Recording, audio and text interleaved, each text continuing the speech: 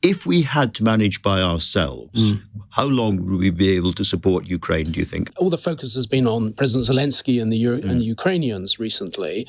But of course, no one really knows whether the Russians are prepared for a truce or to stop fighting. I think the Russians will be rubbing their hands with glee at the events of the last week or so. They will feel even less reason to give the sort of concessions that allows a genuinely independent Ukraine to exist.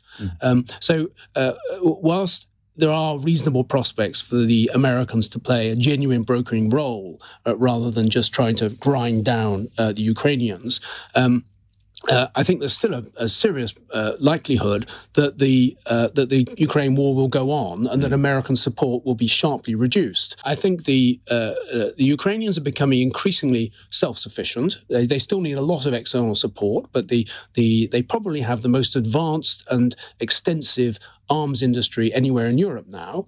Is a lesson the rest of us can learn from. The Europeans have given the bulk of the support, contrary to what President Trump has been saying. About 60% of external support to Ukraine has come from Europe and less than 40% from America. But the Americans give the high-end military kit. They give the long-range missiles and so on. That's going to be very hard for Europeans to replace. Zelensky and others have talked about, we need security guarantees. Well, the United States is not going to put boots on the ground in Ukraine. But the United States could put other kind of boots on the ground.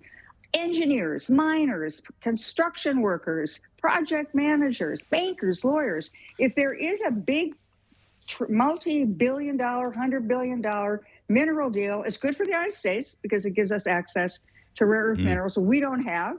Ukraine has, China has a lot of, but they're necessary for modern defense and modern communications. It's good for Ukraine because it helps rebuild the Ukrainian economy. And it's really good because it puts us, we've got skin in the game. Think about it. Do you really think if there are thousands of Americans on the border, eastern border of Ukraine with Russia, that Vladimir Putin's going to kill thousands of Americans to get to Kyiv?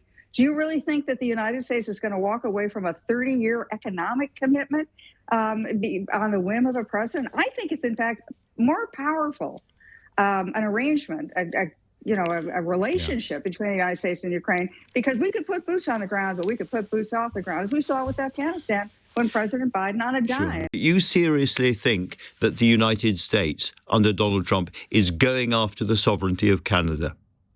The American people? No. But this particular administration, in effect, that is what they have said.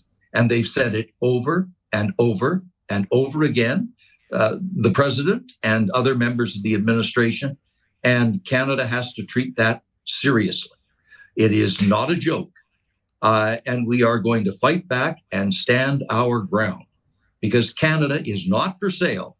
We are good neighbors and friends, and we have been for 150 years with the United States, but we do not want to be Americans.